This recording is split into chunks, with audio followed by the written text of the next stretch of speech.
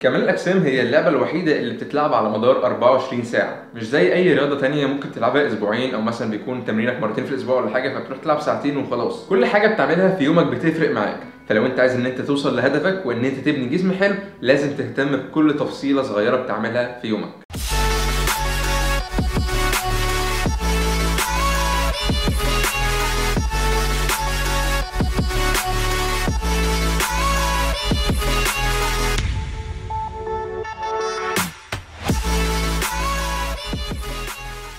ازيكم يا شباب، الاخبار؟ معاكم كيرو عزمي، وفيديو النهارده هنتكلم عن 5 عادات يساعدوك ان انت توصل لجسم كويس، او 5 عادات لازم تضيفهم ليومك لو انت عايز توصل لجسم كويس.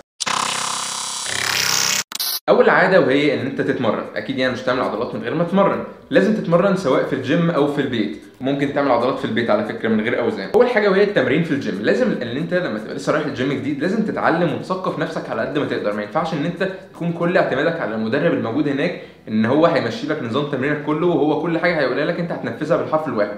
الكلام ده ما ينفعش، ولازم تعتمد على نفسك اكتر عشان اغلبيه المدربين بيكونوا اصلا مش فاهمين اي حاجه. بعد ما اتعلمت وبقيت فاهمان كويس جدا لازم تخش الجيم بتاعك تتمرن 100% او 101% من الطاقه بتاعتك. لازم تبقى طالع من الجيم وانت مفيش 10% كنت تقدر تعملهم زياده في التمرين بتاعك. لازم تتمرن راجل، تمرينك يكون تقيل باوزان تقيله، تحاول تلعب باتقل وزن تقدر تلعب بيه باقل غلط في الاداء، عشان طول ما انت بتتمرن تمرين خفيف او تمرين ضعيف جدا انت بتقضي كده اليوم بتاعك او بتقضي التمرين اللي اسمه ان انا اتمرنت وخلاص. جسمك عمره ما هيقطع الالياف العضليه اللي تخليك ان انت توصل ان انت تبني جسم وهي تبدا الالياف تلحم مع بعضها وتبقى اقوى واكبر في المستقبل. وتاني نقطه وهي التمرين في البيت. في تمارين كتيره جدا بتلعب من غير اي حديد، فقط باعتمادك على وزن جسمك بتلعبه في البيت، زي الضغط والعقله والبطن وتمارين كتيره جدا. ولو انت تقدر تستثمر وتجيب لك دمبلين كده تستخدمهم او تتمرن بيهم في البيت هيكون استثمار كويس جدا وهينفعك كمان في تمرين زياده في البيت. لكن لو اسعار الدمبلز غاليه شويه بالنسبه لك ممكن ان انت تعمل اوزان بنفسك في البيت من الاسمنت. انا كنت عامل كده ولغايه دلوقتي الاوزان دي عندي في البيت، وساعات بستخدمها مثلا لو انا مش جاي معايا اروح الجيم النهارده عايز اتمرن في البيت او مكسل او اي حاجه، الاوزان ديت موجوده. وانا كمان عامل شكل اللي هو طارات، كنت شايف جايب فيديوهات كتيره جدا من على النت فعامل نفس فكره الطارات وعامل بار وعامل حاجات كتيره جدا حلوه جدا في البيت. اتعلمت ودورت على اليوتيوب كتير جدا وعرفت حاجات كتيره، فبالتالي عملتها وبقى عندي في البيت كاني عندي دمبلز وفري ويتس كامله في البيت من غير ما ادفع فلوس كتيره جدا. كل فلوس انت تدفعها هي ثمن الاسمنت، والحاجات الثانيه بتبقى موجوده عندك في البيت او مثلا بتجيبها من اي حد، فالموضوع مش مكلف يعني.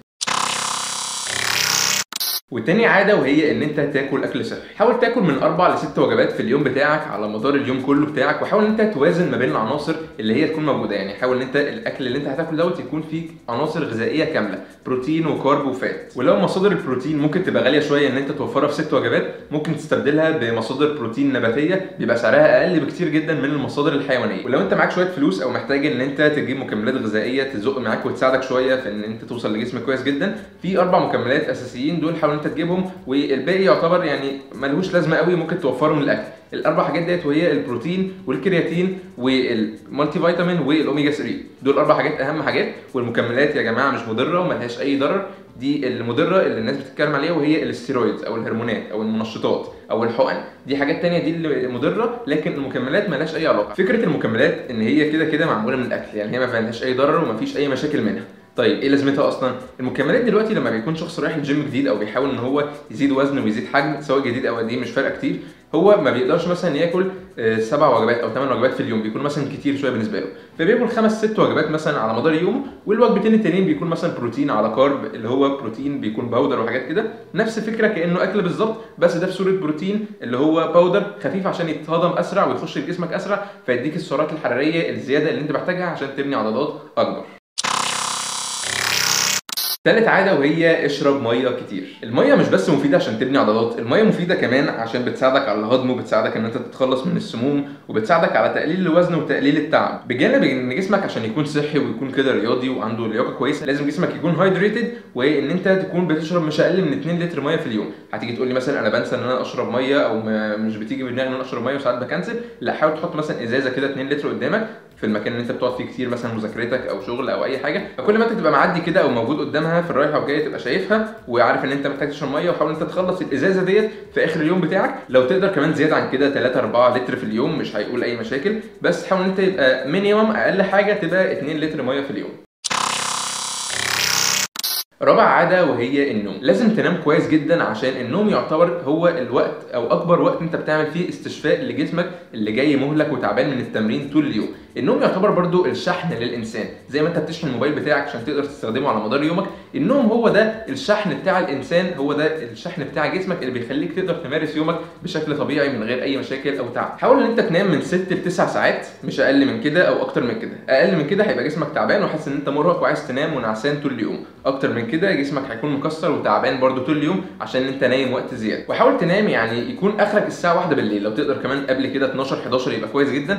واصحى بدري، مثلا اصحى الساعه 8 7 9 الصبح، مارس يومك بشكل طبيعي ويبقى قدامك طول اليوم معاك. في حاجه مهمه جدا ناس كتير جدا مش بتركز فيها، وهي ان انت لما بتنام متاخر فانت بالتالي بتصحى متاخر، فبيكون اليوم زي ما يكون عدى عليك خلاص، او ان انت نص اليوم بتاعك ضاع. بيكون معاك حوالي 10 ساعات بس طول اليوم، ان انت دول اللي انت قاعد فيهم، الباقي انت كنت نايم وبعد كده بتفضل سهران. السهر انت كده على الموبايل بتهبل او بتعمل اي حاجه، لكن لما انت بتصحى الصبح بدري بيبقى معاك طول اليوم وبتحس ان انت لسه اليوم قدامك وتقدر تعمل حاجات كتيره جدا فيه.